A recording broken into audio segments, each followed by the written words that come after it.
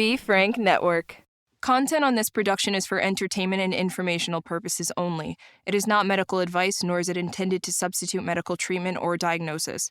Seek medical help if you believe that you are suffering from a mental illness or are a threat to yourself or others. By using any or all of the information provided, you do so at your own risk. Any application of the material is at the listener's discretion and is his or her sole responsibility. As many of you know, I was a law enforcement officer for a number of years in North Carolina, and I have arrested many people for many different things. But I will tell you that I was the police officer that, if you just told me the truth, it really was going to go a lot better for you. I've let people go for things that other officers would have definitely arrested for, but I always tried to have a little bit of grace, especially when people were honest. One of the biggest things today, and we all talk about criminal justice reform, and it is definitely needed, but there's not a whole lot of talk about prison reform. I'm a big advocate of when you have served your sentence, when you have done your time, that I don't have any right to look at you any differently because you have served your time. You have gotten through it. It's a lot like when you're a child and you get in trouble and everybody's mad, but then you get over that mad and get through it and it's forgotten about. Unfortunately, that's not the world that we live in when it comes to people who are in prison. And I understand there are some heinous crimes that are committed that they do need to be remembered. They do need to be known about if that person is able to get out of prison. But so many times we have such a high reentry rate into prison. And I personally believe that's because we do not do enough to acclimate those people who have spent a lot of time in prison to civilian life. Today, you're going to hear a story about a young man who spent 19 years in prison, 19 years of a 32-year sentence. And we talk a lot about the mental health aspect of people in prison. But I want to encourage you today that we need to remember that our past does not define who we are. Our trauma doesn't define who we are. And if we really believe that for ourselves, then we have to believe that for those who are re-entering civilian life from prison. That yes, they did this, but what they have done does not define who they are. And we all deserve second chances. We all deserve an opportunity to make our lives better. So I just want to encourage you today that maybe you're somebody who has gotten out of prison. Maybe you're somebody who has done something terribly wrong. Maybe you're listening to this podcast while you're in prison. I just want you to know that your future is not defined by your past, and that today you have the opportunity to decide what your future is going to look like. And if you choose wisely, it can be better than you ever thought.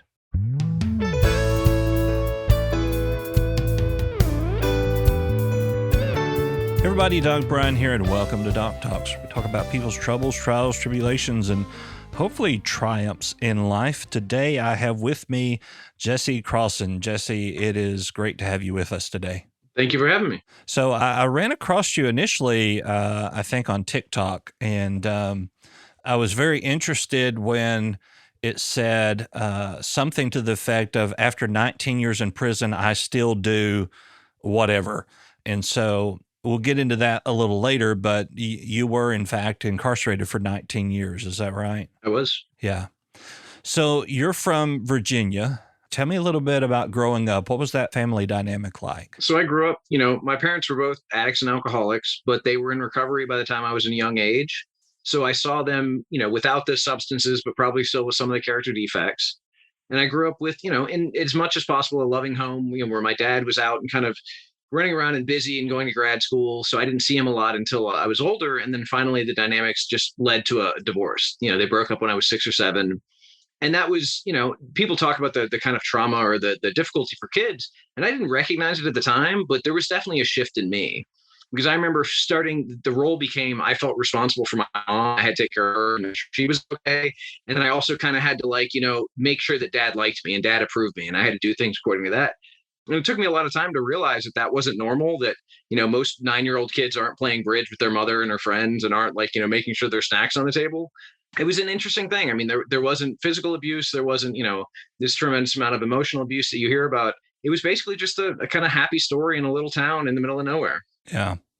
But it is interesting how you said you kind of took on the role of being the one to take care of your mother.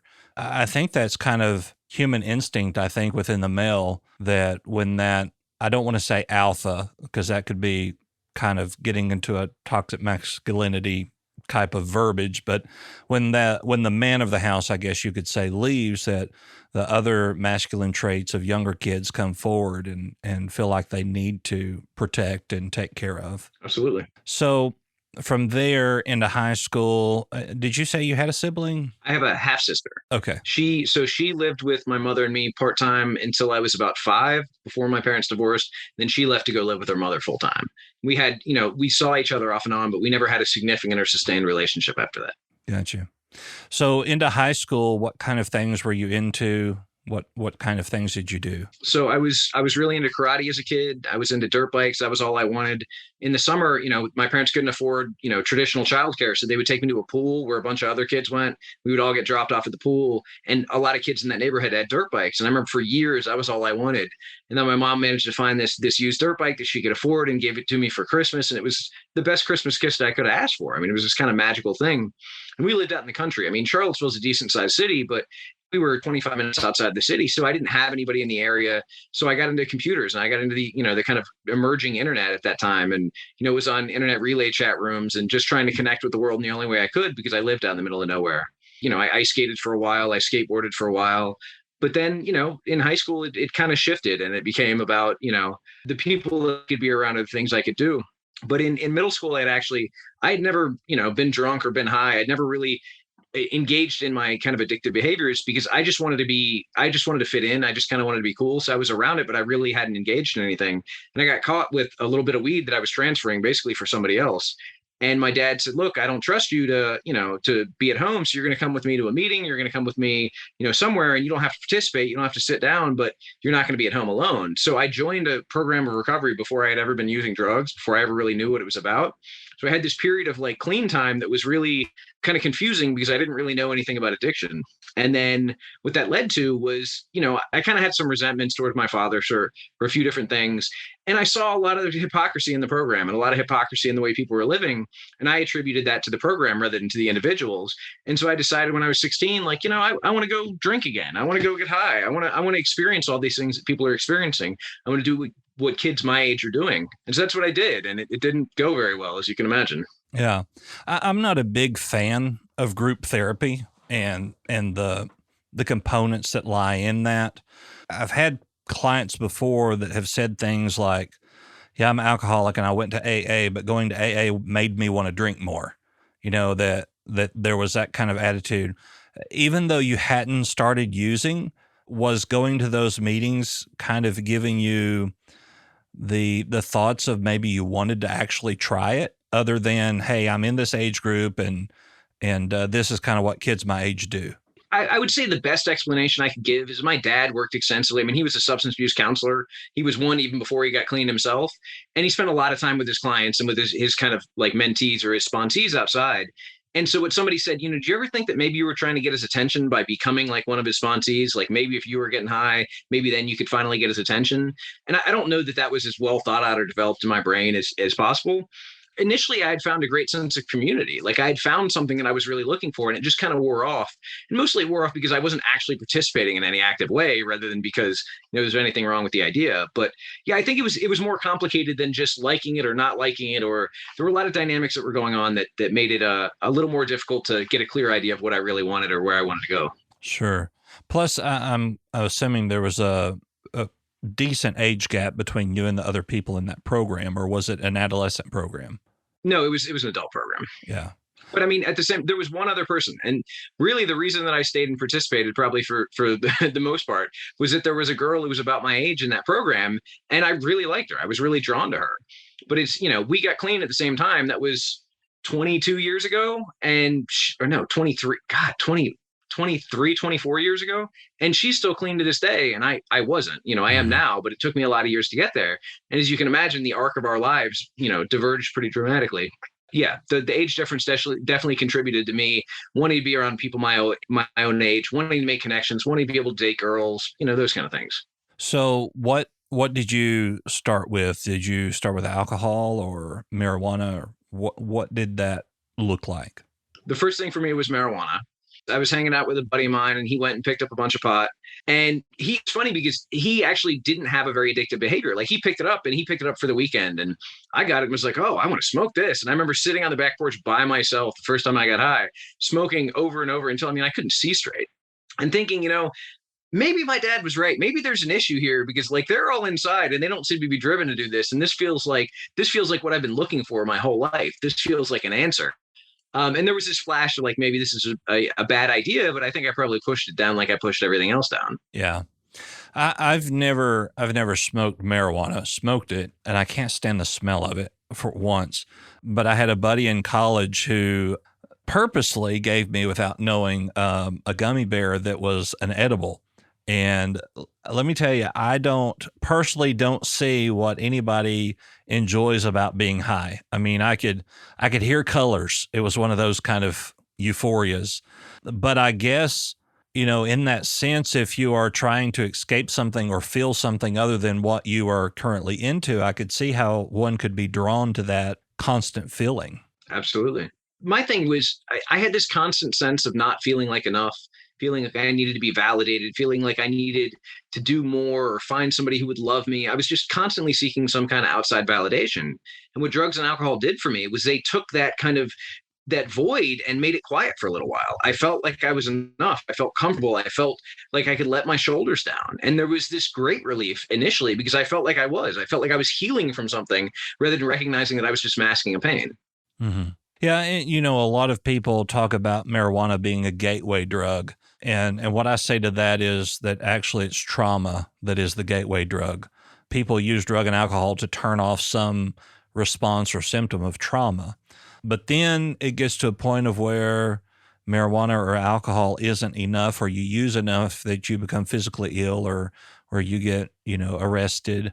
Did you ever go past anything, I would say, stronger than marijuana, or did you kind of stick in the alcohol marijuana drug? Initially it was alcohol and marijuana, and then I found cocaine, and that was it. That was like the supercharger for everything I had, because it made me feel like I could drink longer, and I could be stronger, and I could be smarter, and I could be faster. And it really felt like, again, the kind of panacea I'd been looking for. And it was a very brief time between when I found cocaine and when I ended up in prison. It was not an indirect link. It was a very direct link between how erratic I became, how just kind of quickly I lost myself. Yeah. And so leading into that, tell me about what took place that led to your sentence. So I had a few buddies. We all were drinking and getting high, and we had developed this insane cocaine habit. I mean, I was doing a quarter ounce a day by the time I was arrested. And it was unsustainable, because I was trying to sell it, and I was trying to sell stuff to do it, and I was trying to work to get more, and I just couldn't do it. So one of the guys that I was running around with used to work at this restaurant, and he said, oh, they're really bad people, and they employ these illegal immigrants, and they steal money from them, so they'll have a bunch of money in the house. And so we kind of convinced ourselves that it wasn't some horrible thing to break into somebody's house to steal this money, which obviously is just, again, I look back on some of the justifications that I made to myself, and I wonder whether even at the time I believed them, or if I was just so desperate and kind of animalistic and out of my mind that I somehow allowed myself to believe them. But so we broke into this house that we thought was empty, and it turned out someone was there. So my co-defendant took and tied her up, and it became this home invasion robbery, which was just absolutely, again, horrendous. I've looked back, and one of the things I've done since getting out is connected with a lot of people who've been victims of the same crime that I committed, to try to have as much accountability as possible, to really get a better idea of what the experience they had was, to try to understand the full impact of the choices that I made. And then that unfortunately wasn't it. A few days later, I was with another buddy of mine, and two guys were threatening his girlfriend and giving him a hard time and saying he owed them money. And anyways, we got into this big argument, and I went to meet them. And then suddenly something clicked. There was a little bit of sense left in my brain. And I realized, like, this is not a good idea. Like, this is not going to end well. So I left and they chased me. And I remember being angry and being afraid and like not knowing what to do. And we're driving down the road together. And one of them turned around and reached behind him to grab something. And I thought it was a gun. And I, to this day, don't know. I know they found a gun in the car. But so I shot both of them. I shot just out the window of the car and I was screaming and I wasn't looking at them. I was just kind of shooting and, some kind of whatever crazy act. But again, these things that I did, there's no excuse and there's no justification. I committed a robbery. I shot two people. Yeah, I just completely had lost my mind and was in this place of like kind of feral survival, not recognizing all the chaos that I was creating. And, people have asked me, what did you feel when you get arrested? Were you scared? Or I felt relieved. I felt like I was finally no longer a danger to myself or other people. Like I was finally stopped from this train that I didn't know how to stop before then. Sure. And I hear that a lot of people who were caught, they were arrested and is the relief of just knowing that, I'm I'm safe here. I'm safe from myself. I'm safe from others. I don't know if we can attribute that to some of the reentry into our prisons in America, of where people get out and they commit crimes and go back because they feel safe there. And they, as bad as it sounds, that's where they want to be because they know they're safe there. So from that point, I guess, did you go to trial or was there a plea agreement? How did that work? Yeah, so I pled guilty. I mean, I had a wake-up call. It took me a while because I was still kind of numb and really unable to process everything that I had done. But there was enough of a wake-up call to be like, I really messed up. I really did this harm. And so I did. I pled guilty to everything. And so I went to sentencing and, the day that I walked into sentencing, my guidelines were from 8 to 13 years. And my lawyer had said, look, you're going to get 10 years. It's going to suck. You're going to lose it. But like, you're going to have a chance to get your life back. You just need to, take responsibility and move forward. And I said, yeah, okay. And then the day of trial, they changed the sentencing guidelines to 10 to 16 years. And then at the time of sentencing, the judge sentenced me to 32 years. And so on that day of sentencing and you got 32 years, do you remember what kind of thought process went through, or were you just kind of dazed and didn't know what was happening? Dazed is a good word. I definitely felt like I'd been hit upside the head. But I remember there was really this kind of dual reaction.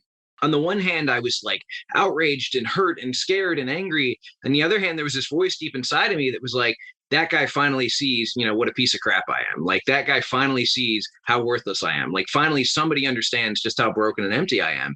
And so it was this, resistance, but also this kind of acceptance that my deepest fears of my worthlessness and, irredeemability had always been true. And it was strange to have that kind of dichotomy in me, because I remember being in the van and going back to the jail and looking out the window and feeling like this is the last time that I'm ever going to see the outside. This is the last time I'm ever going to see the outdoors, just feeling completely lost. Yeah. But in a weird sense, it was negative validation from the judge that, yeah, what I thought was true. But was there a sense of relief there almost that there was validation, even though it was what you thought it was that was scary? Not really. It was, I wouldn't say relief. There was kind of a sense of acceptance or collapse. I collapsed after that. I had started taking college classes before I went to sentencing. I was like doing things to try to focus on the future. I was trying to be positive and I just gave up. That was really at the point that I gave up. I went back to the cell in the jail. We had these little AM FM radios and I just turned the radio on because I didn't know what else to do. I didn't want to talk to anybody. I didn't want to be anywhere. I didn't know what to do. And this song came on the radio, a Dave Matthews song, and I just cried. It just like opened something in me that I had never cried like that before. Yeah, so it was a shift for sure. Yeah. So how long had you been in jail when you went to sentencing? So that was about 8 months. 8 months. And how old were you? I was 18. 18. And assumably this was your first crime. And so, yeah, I had stolen beer as a juvenile. I'd stolen beer from a store, but this is the first kind of serious offense I'd ever committed. Yeah. Well, does it not? Well, I was about to say from the outside looking in, 32 years would seem kind of a harsh judgment of sentencing, but you were involved in a robbery and shot two people. So was it 32 years without parole, or was there eligibility of parole after a certain period of time? Yeah, so Virginia hasn't had parole since 1995. So the actual sentence was 138 years with 106 suspended. So it was 32 active years of incarceration. Gotcha. Okay. So now, assumably, were you in a county jail and then transferred to a state facility? Yeah, about a month later, I was transferred to a reception center, a place called Powhatan. And what was that like? What was it, a renewed of this, my life is over and I'll never see the outside again? I would say actually the opposite. I was able to go outside for the first time in 9 months. Mm. They had rec for an hour a day. I'll tell you, when I initially came in, though, it was shocking because it was like the prison movies. It was these long, tall tiers with the cells and the people yelling. And it was like, oh, this is going to be interesting. Like, this is going to be real. And I actually found it to be a lot more comfortable and a lot more okay than I expected. But yeah, it was shocking when I first walked in. It was shocking, some of the interaction, some of the violence I saw. But like I said, we got to go outside. The food was better. Like, there was just everything in my life kind of got better as soon as I got there. So rather than a sense of despondency, there was almost a sense of hope. Like, there was a sense of, okay, this isn't going to be so bad. As long as I can get outside, as long as I can get to a library, as long as I can, have things to do, maybe I'll find a way to get through this. Yeah. And so, well, let me say it this way. I was a police officer for 7 years. And so I took people to jail. I saw what kind of things happen on the inside of the jail. I've been into a prison, but I've not, seen the inner workings of a prison. But what are some of the things that people perceive about prison that is not true? I think people have the idea that it's a place of kind of constant violence or constant tension or and the difference, the reality is almost more nefarious because most of the time it's boring. Most of the time it's people just trying to make the best of, going through their days and getting on the phone or watching TV or, hopefully working or doing something more meaningful. But then it's punctuated by those, kind of bursts of violence or bursts of just kind of ugly behavior from staff or from prisoners or whatever it is. So yeah, I guess it's a lot less dramatic than people think, but at the same time, it's also kind of more horrifying because of that. Yeah. So while it's not intense, I guess you could say, would it be fair to say you're not on edge as much as movies would portray a prisoner to be on edge? Yeah, you can usually tell there's kind of a silence and an energy that precedes the things that happen. You're going about walking through the yard, you're sitting in the pod, and all of a sudden you notice that it's silent and you realize, oh crap, something is about to happen. And sure enough, something happens. Mm-hmm. But most of the day, you don't walk around like that because it's not like it's not nearly as constant as people think. So, as I mentioned earlier, I come across your TikTok page, and you did things like, after 19 years in prison, I still do this, and you talked about, maybe I could say, some prison etiquette that you carried with you. Tell me about some of those things. Yeah, it's just a lot of things that are like a matter of personal space. You don't bump into people. You make sure to kind of pay attention to where people are around you, and not, again, out of a sense of somebody's going to come up and stab you, but just because you don't want to bump into people. You're really polite with kind of shared spaces. Like if you sit down at a table, you don't just plop down, you don't drop your hands on it. As far as the etiquette, really, it's just you kind of speak to people politely. You don't look people in the eye unless you're trying to get their attention. There's a big thing about that. You don't look in people's faces. Like when you're walking down the tier, you don't just look in their cell. You don't look at what they're doing. You kind of try to mind your business. I don't know. As far as etiquette, in some ways, it's things that I'm having trouble adjusting to on the outside because they do seem like they make good sense. I've actually got a lot of comments on TikTok where people have said that. They've said, well, that sounds like a great idea. Like, I really wish my neighbors would stop staring in my yard or stop staring in my house or stop staring at my face when I'm sitting in the yard.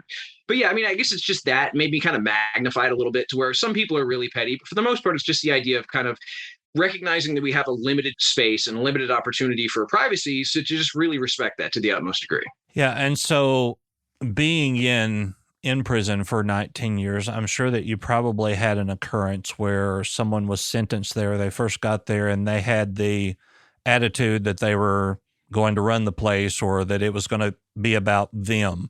What kind of experience would they get coming into that facility? When you say that, I think of one guy.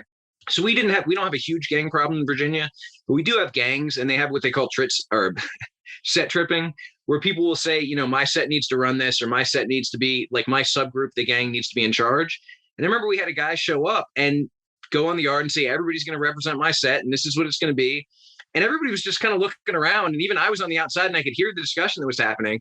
And I just was kind of wondering, well, is this going to go, or is he going to be able to pull this off? And like 8 guys dragged him to the ground and stomped his face in. It was not a good reception for him. It wasn't a particularly pleasant thing on the outside. That's probably the most concrete example of what it was. It was really just kind of about and there were people that, I want to say, there were people that did that. I mean, I saw guys who were in pods who would say, "This is my phone and nobody's going to touch it." And some people might stand up to him, or some people might basically talk to him to the side and he would let them use it. But they would bully a lot of people. I mean, you had individuals that do it, but you didn't have a lot that could get away with it because there weren't a lot of people that were that feared or that were that respected, I guess you could say. Mm-hmm. And so how often did you find someone that came to prison that was genuinely sorry and humble about what they had done and were headstrong of that they were going to improve their life while they were in prison and that they were going to better themselves? Okay, so I talk about the triage set, and I'm not sure that it's exactly a third and a third and a third, or if that's just kind of a convenient metric.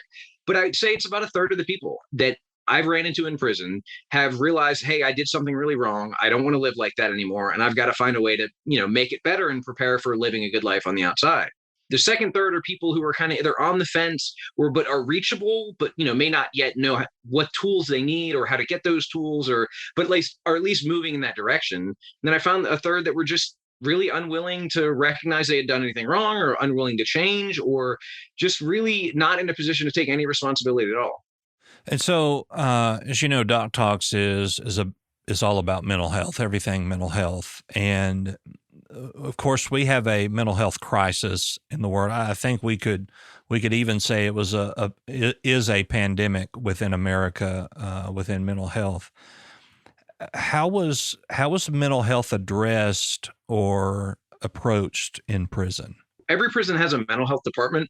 And I was really grateful for that because wherever I went, I always found at least one staff member who was really good, who really cared, who was there for the right reasons, who dealt with all the BS from staff and prisoners and showed up every day. There was always at least one. And at one point, I remember at one point at Buckingham, there were actually 3 staff members that were like that. And I thought it was just unbelievable because I'd never seen where all 3 people in the department actually were willing to show up. But the problem we ran into was just a lack of resources. And like you said, I mean, it's an epidemic. So we had some very seriously mentally ill prisoners. And there are a few facilities in Virginia with mental health wards or buildings. But for the most part, you just have seriously mentally ill individuals kind of mixed into the crowd. And these are guys that they can't stop from hurting themselves, cutting themselves, hurting other people, touching themselves, doing these wildly inappropriate things, just acting in ways that, garner a lot of attention. And so probably 90% of the mental health staff's time was taken up with this 5% of the population. So 10% of their time is available for the other 95%. So even the best people who show up and work and stay late and do whatever just don't have the resources to provide the services that people need. Sure. We hear some of people who attempt or commit suicide while in prison. Was that something that you experienced while you were in prison for 19 years? Yeah. I mean, we had a couple guys kill themselves. My own story was I got sober because, as I said, I had kind of given up once I got locked up, once I got 32 years, I felt like there was no future. And then as I kind of did this 2 steps forward, 1 step back, I would say, I'm moving in the right direction. I need to change. And then I would realize I still have 25 years left, or I still have 20 years left, or I lost my dad while I was in prison. So I kind of kept running into these justifications to, go ahead and start getting high again, or go ahead and start wasting my time again, or go ahead and whatever it was. But I woke up one day, I've got a little over 5 years sober, and I woke up one day and I wanted to kill myself. I realized that I was not going to make it through that day unless I made some kind of serious change. And that was a result of drug use. That was a result of a really unhealthy relationship with a woman that was very well-intentioned, but just, all her sick parts played with all my sick parts. And it was just not a good place. And that was when I realized that I needed to make a change. That was what got me clean. That was what, put me on the path that I'm on now.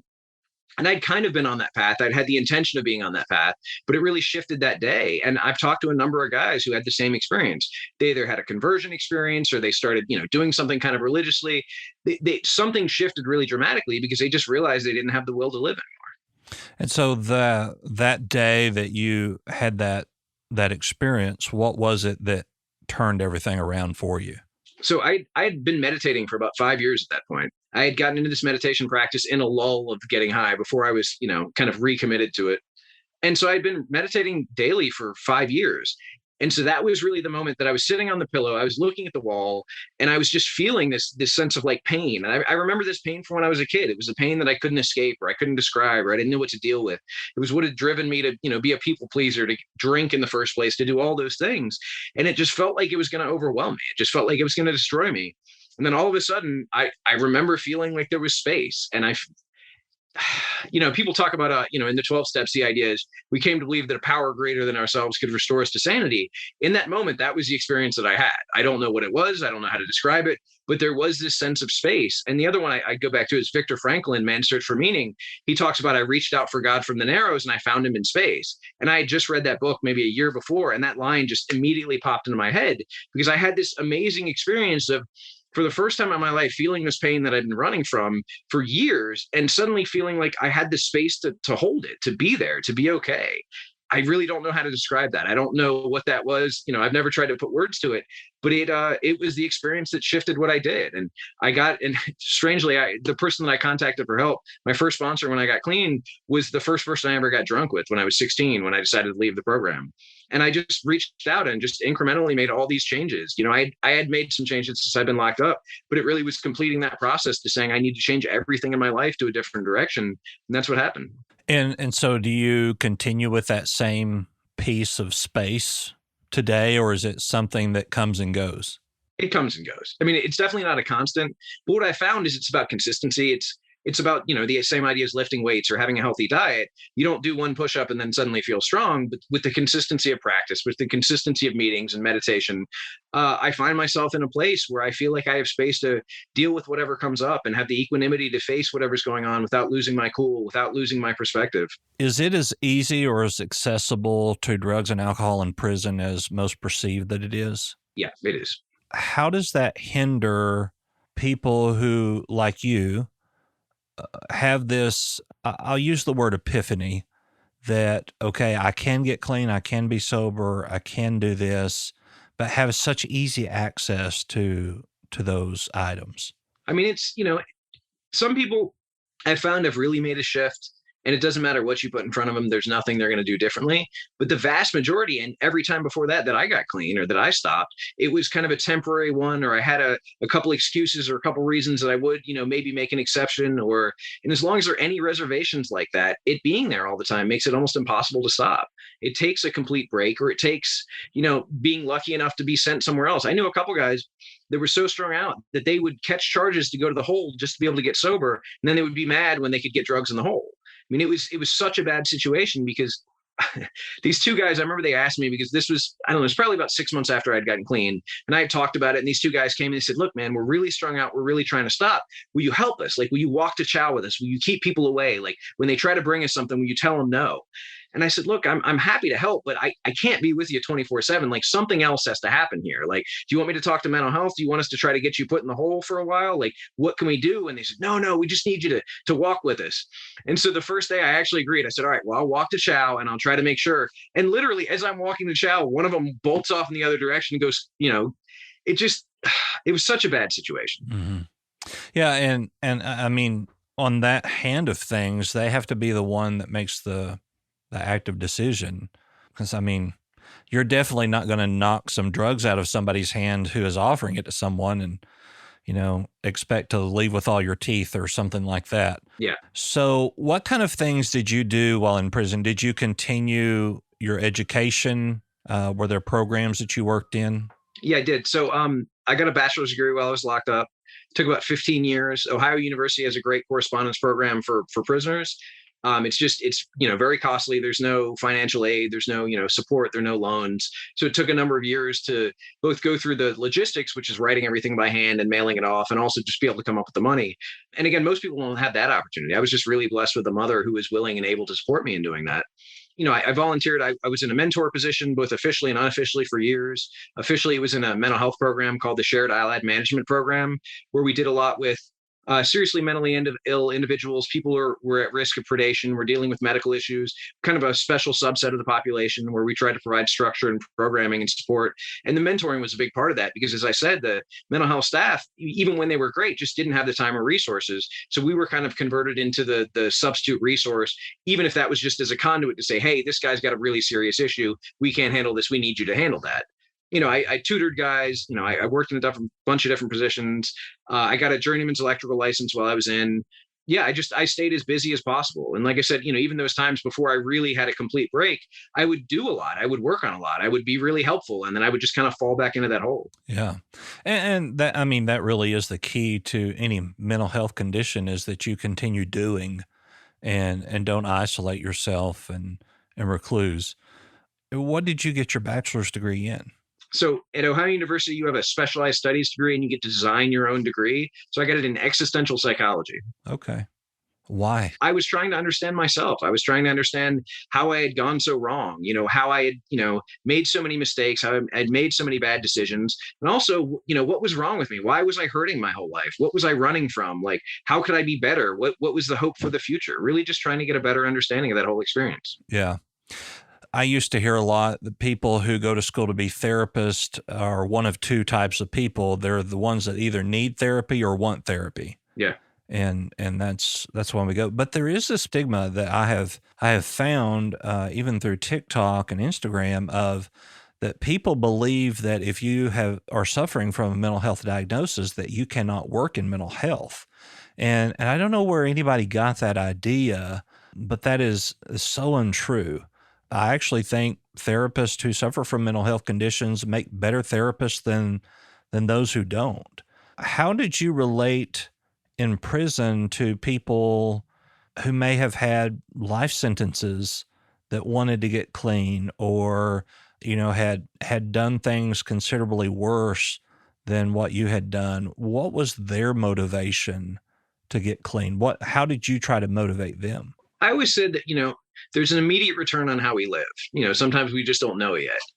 So for the guys, and they were always the ones that impressed me because, I always had a release date. I always had an opportunity, but there were guys in there that, had a smile on their face, that were at peace, that were just like, okay, that were never getting out of prison. And that always boggled my mind.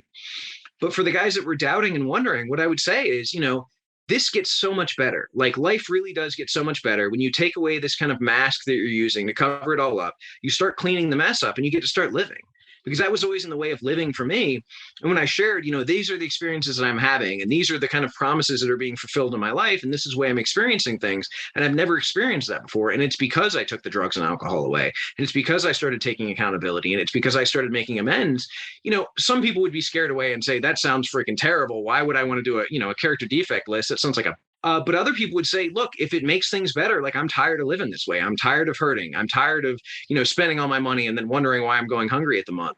Yeah. So it was a matter of kind of sharing my story. It wasn't, I don't think there's any right reason or right way. And I definitely didn't judge the guys who didn't, because I regularly had guys like the two I was talking about who came around and said, hey, I really want to get clean. And then the next day they would say it again. And I'd say, well, let's try. And when they were serious, I would try. And when they weren't, I would say, enjoy yourself. Just don't bring that crap around me. Mm-hmm. And for somebody who is really struggling, it must be a very, I'll use the term hellish situation, because there are things that you could do if you were on the outside to remove yourself from those temptations where in prison you don't have that opportunity. The opportunities for education that you mentioned, you said they were very costly. Is there not any type of program within the prison system that would enable you to do those things at a reduced cost or at no cost? Now, supposedly, and this, if it has happened, it's happened since I've been out or since I graduated, they're going to reinstate the Pell Grant, which allows people to go to college for free. But as it is, in prisons, they have a GED program. So if you didn't get a high school degree, you can go and study and get your GED. And then a lot of prisons have vocational programs. And I was really lucky because the prison that I went at had really good mental health staff and had really good vocational teachers. Because the biggest issue with the vocational thing is you'll have an electrician's class or a flooring class where you don't ever touch tools or you don't ever touch wire or you don't ever actually do any flooring. You're just doing it out of book.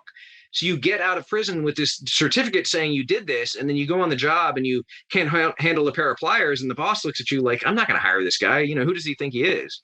But again, I went to a place that had really amazing teachers, really amazing staff who were willing to help. And so one of the issues they have as far as like vocational education is you're only allowed to take a trade per level. So you have a security level 1 through 5. So the first prison I was at was a level 4, and I put in for a trade, but I wasn't able to get in because you had so many people with life sentences and long sentences. They somehow got in before. Then to level 3, I put in for every trade that was there. I took a trade, and then they said I wasn't eligible to take another one. So I was trying to figure out, well, what can I do to, get my electrical license or get something and have some kind of preparation for the future. So I had to basically pay somebody to get a job on the maintenance crew. And then by being on the maintenance crew, I was eligible for the hours I needed for the apprenticeship. So even though I had never taken the electrical class, class, I managed to kind of like backdoor my way into the electrical apprenticeship. And that was how I got my license. And unfortunately, you have to kind of like play the system or play these games to be able to get the advantages you want because they're just not widely available. I know that the Pell Grant is available, but you can't be a convicted felon and get the Pell Grant. Now, I personally feel like, which I'm a big proponent of, once you've done your time, once you have paid your sentence, that I should not look at you as a felon anymore, that you get a do-over, if you will. And so I mean, even think about voting, that you can't vote as a convicted felon. You can't own a firearm, which that may be a good thing in some cases. But then I think about these people who are in prison for amounts of marijuana, and it wasn't a violent act. They were just simply in possession, and how they are sitting in prison, and now possession isn't illegal, and you can actually, get a medical certificate or license to be able to possess it, where these people probably would have been able to do that had that been available. What are your thoughts on that, a re-entry into civilian life, if you will, of preparing you for those kind of things? Okay. Well, I mean, that's a really kind of multifaceted topic. So, one of the things I'm really grateful for is Virginia has made a lot of steps. So, I was able to get my civil rights restored. It used to be that you had to be off probation, had your fines off. You used to do all these different things. And under the recent administration, it was just made that as long as you are out of prison, if you apply, you can get your civil rights reinstated. So, I have the right to vote again. I have the right to serve on a jury, which for generations and generations was impossible for a lot of people who, I had $5,000 in court cost fines and restitution when I got out that I took a loan out to pay off so that I could, because I thought I needed to do that before I could get my rights restored. But it turned out that wasn't the case. You've talked about how psychologists with lived experience or therapists with lived experience, can provide a greater service. I'm looking at going to grad school and I want to be licensed. I want to be an LPC, but Virginia has what they call barrier crimes, which if you've been convicted of a number of felonies, you're not allowed to be licensed. Or if you are, you need a special exception by the board. So the idea of using my lived experience as well as clinical experience to help other people, being limited by the past that allowed me to have that lived experience seems really kind of backwards. But then as far as preparation, I mean, there's just a tremendous lack of preparation. So when the current director of the Department of Corrections for Virginia came to Virginia, he had this proposal that, we're going to take people for reentry and we're going to teach them skills and we're going to teach them technology and we're going to get them a driver's license. They're going to leave prison ready to work, ready to go, and none of that has happened. The reentry programs are a joke. You have a community meeting once a day, you do a conga line, and then you call that training. There are a couple classes. There's one CBT class that's actually fairly like evidence-based, but the vast majority of it is just not realistic. There's no emphasis on transition as far as technology. You got guys getting out of prison after 30 and 40 years who've never used a cell phone or never used a computer, who have no idea how to fill out a job application because they've never used a phone or a computer. I mean, there's a total lack of preparation, not even to mention the lack of treatment that would have to go into someone being emotionally and mentally prepared to get out of prison. Just the even job skills and logistics aren't there. So there's a real kind of set to fail mentality where guys get out of prison, unless they've been entirely lucky, as I have, to have the amazing support and guidance of people and driven. They're not going to have what they need when they get out of prison, and they're going to stumble and they're going to struggle and they're oftentimes going to reoffend and go back to prison. Yeah.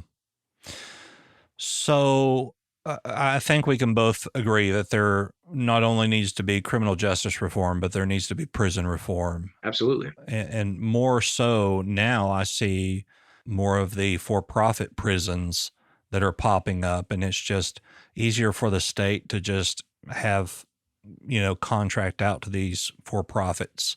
There's just so many things that need to be corrected, but I don't know that there's just any one solution that would fit every problem. It is something that just needs to be looked at. And I think that's the problem, is that we don't have a lot of people looking at it and trying to use brilliant minds, even those people who are in prison, that could say, hey, if we looked at it this way, if we could do it this way, then maybe it would work. So tell me about the day or the time that you come to find out that there was a possibility of you getting out before your sentence was over. One of the things that a mentor of mine told me was that, in any situation, we have to do everything we can, but that we can't control the result. So back in 2019, I filed a petition for clemency, which is a request to the governor saying, hey, I am guilty of all the charges. I did this. I'm just asking for clemency. I'm asking for mercy, essentially.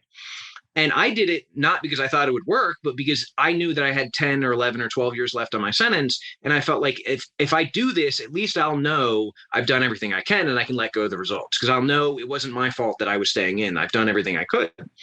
So I put this in. And I listed all the reasons that I'd been sentenced to twice the high point of the guidelines, that I was, barely 18 at the time of the offense, that I was, all these different reasons, all the work that I'd done, the degrees I had earned, the guys that I'd mentored, but again, thinking, okay, at least I'm putting this in, it probably won't work. And then, it kind of grew. All of a sudden I started getting, letters from people who said, yeah, I saw your mom posted something about your clemency and I wrote a letter to the governor. And then all of a sudden somebody said, yeah, by the way, I talked to my local delegate and, I talked to this guy. And, oh, by the way, I know somebody who went to school with the chief of staff. So I talked, and all of a sudden I was like, wow, maybe this is real. So in February of this year, my mom contacted me. We had an email system in prison, a JPay email system. And she said, call me. That was all she said. And I said, oh, shit, I don't know what's going on. So I called her that night and she said, Jesse, like they're going to look at your petition. They said, you're on the top of the pile. Like they could make a ruling this year. You could find something out. And she was so happy. And Courtney, who's the woman in my life, who at that point actually wasn't a significant other, but was just a friend, was convinced. They were just convinced I was going home. And I was thinking, you guys are really optimistic. I don't know if this is going to work out. Like, I'm not sure what you're thinking. But so then it went on and they had to do this parole interview process where they interviewed me. And basically they said, just don't lie. Like all we're trying to do is find out if what you're saying is the truth. So I talked to them. And then strangely enough, so August 16th, which is actually my clean date, which I thought the best thing about that day was that I could celebrate being clean for a number of years. And I was really happy. That morning, they actually let somebody out on clemency. So it was like 6 a.m. And they had all these news trucks and it was a big deal. And we found out it because I worked in medical. So I went to medical and people were telling me, and I was like, oh man, maybe like one day that could happen to me. Like, I don't want to get my hopes up, but maybe whatever. I went back to the pod and we worked out inside because I think I had to get on the phone at rec time or something. And so I was sweaty and I didn't know what I was doing. And the counselor comes in and she's like, giving me the finger, like, come here. And it's always a terrifying moment because a lot of times if you get called to the counselor's office, it's because, somebody that died or something bad has happened or, but she didn't seem upset. So I was thinking like, okay, I don't know. And I walked in, the phone was off and the speakerphone was on. And they said, Mr. Crosson, you sitting down because you're leaving Coffeewood today. And I just like hit a knee and choked up and started crying because it was 2 p.m. on a day that, I didn't know what was going on. And there was this whirlwind where I went and I had to fill out paperwork and I just gave all my stuff away except for a few books and pictures, but I had to like pack that stuff up as my official property. And an hour and a half later, I walked out of prison and gave my mom a hug. And I was sitting there hugging her. She said, no, we're getting out of here. Like, let's go now. And I walked out the gate and then we drove down at the end of the road and Courtney, who had, become really significant in my life at that point, she'd only had half an hour's notice. It was 45 minutes to the prison. So we pulled over into some farmer's driveway right next to the prison. And I met her in a cornfield because we'd been talking for years, but we'd never been able to like actually meet face to face. It was the most surreal and amazing day of kind of transformation and kind of hope. And I don't even know how to describe it. Yeah. And so you're out of prison and you're home, assumably. And do you have that sense of, well, what do I do now? Yeah, there was a really overwhelming thing. So the first day, by the time we got back to Charlottesville, it was 5:00. And so I had the clothes on my back and I had a bank card that had the money that was in my account. And that was all I had. I didn't have clothes. I didn't have anything. I didn't know what to do. And so we went to Costco thinking like, this is a great idea. We can get everything we need. And I started panicking the moment we walked in the door because I'm in this huge space surrounded by people, not knowing what's going, like, I just did not feel comfortable at all. And then we start looking through things. And I find like, okay, socks and boxers, like I know how to do that. But then they have more than one type of socks and boxers. And I haven't been able to choose that in 19 years. And then it was clothes. And well, I just need jeans. Like, why do they have 3 different types of jeans? I just need jeans. And then my mom said, oh, well, we need to get you this. And I just started like, everything got really, really close and really, really loud. And I just couldn't, I had a panic attack. I couldn't take it. And I told her like, we need to leave. And I basically cracked up in Costco, 2 hours after I got out of prison. And then went home and, they were saying, oh, well, you should do this. And I couldn't process. I was just still in this kind of state of shock. And really the only time I was able to relax that night was everybody went to sleep and I didn't sleep for 3 days. I was just running on adrenaline. At midnight, I just gave up on trying to sleep and I went upstairs and I walked out on the porch and it was quiet. and I was alone for the first time in as long as I can remember. And it felt amazing. And I hadn't eaten anything all day because, my stomach was bad. And remember, they said they had ice cream in the kitchen. So I went and got a pint of ice cream from the fridge, and I sat on the porch in the dark and ate a pint of ice cream and felt like everything went away for the first time in, 19 years. I felt comfortable. I felt relaxed. It was beyond description. So you've just been out of prison now for what, 4 months? Almost 4 months, yeah. Yeah. And so what are you doing now as far as work? Are you doing electrician work, or are you wanting to go back to school? No. And that's what I'm trying to figure out. So I had a couple options. I had applied for an electrical job at a local university, which has a great program, great benefits, great everything. And then I had a similar job come up where I'm working online. I load for a company that sells products on Amazon. But this one has a lot more flexibility that I can take an hour in the middle of the day to do a podcast or do something else. So even though the benefits aren't quite as good, I decided to do this with an eye towards looking at grad school. So I'm doing this. I'm doing, I have a bunch of other kind of like side gigs. I have like 1099 jobs where I do like home inspections for roofing. I do different things to try to I want to have as many options as possible. Let me put it that way. But, with the winter, a lot of that stuff is shut down. But yeah, I'm trying to figure out, how can I afford to go to grad school? What does it make sense to do? How can I have time? Because I went from having, a job that took up 4 or 5 hours a day and the rest of my day being free to, maybe getting 5 or 6 hours of sleep at night because I get up in the morning and I'm going to work and I'm spending time with my girlfriend and I'm going to the gym and I'm doing a podcast and I'm doing a TikTok and really trying to figure out how to fit everything into my life and really not understanding how people do it. Yeah. It gets overwhelming. I'll just put it that way, of trying to keep up. And I just can't imagine in your situation how to keep everything organized in a way that just isn't so overwhelming that you can't function. And I'm sure that there's probably days where you get to that point of where you just have to shut it all down and take some space. So if you could tell one thing to anybody that is in prison right now, what would that thing be?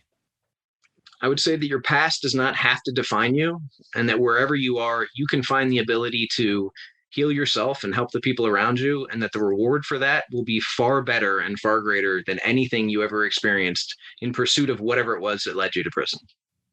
Absolutely. I would solidify that by saying your past does not define you, as opposed to doesn't have to. It doesn't. And specifically for those who are in prison, I mean, they are reaping the consequences of their action. But as I said, I'm big on, okay, you've paid the price. I don't look at you that way anymore. And so I would encourage them to say, you're not who you used to be, and you don't have to let who you used to be define who you are. I like that. All right. Jesse, I appreciate you taking your time today to be with us here on Doc Talks. Where can our listeners find you on social media if they wanted to find you? The easiest thing is on TikTok.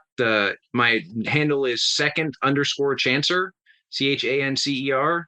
There's a link on there to Facebook and Instagram and all those, but that's the one that I probably have the most connection with people. All right. We'll make sure to put that at in the description of this podcast so you can find Jesse. Of course, I'm Doc Brian. You can find me at the.brian.com. All of my social media links are at the bottom of that website. Of course, Doc Talks is a part of the Be Frank Network. You can check out all of our podcasts there at BeFrankNetwork.com. Jesse, once again, thank you for being with us and sharing your story. Yeah, thank you very much. Thank you. All right, everybody. We'll see you next time.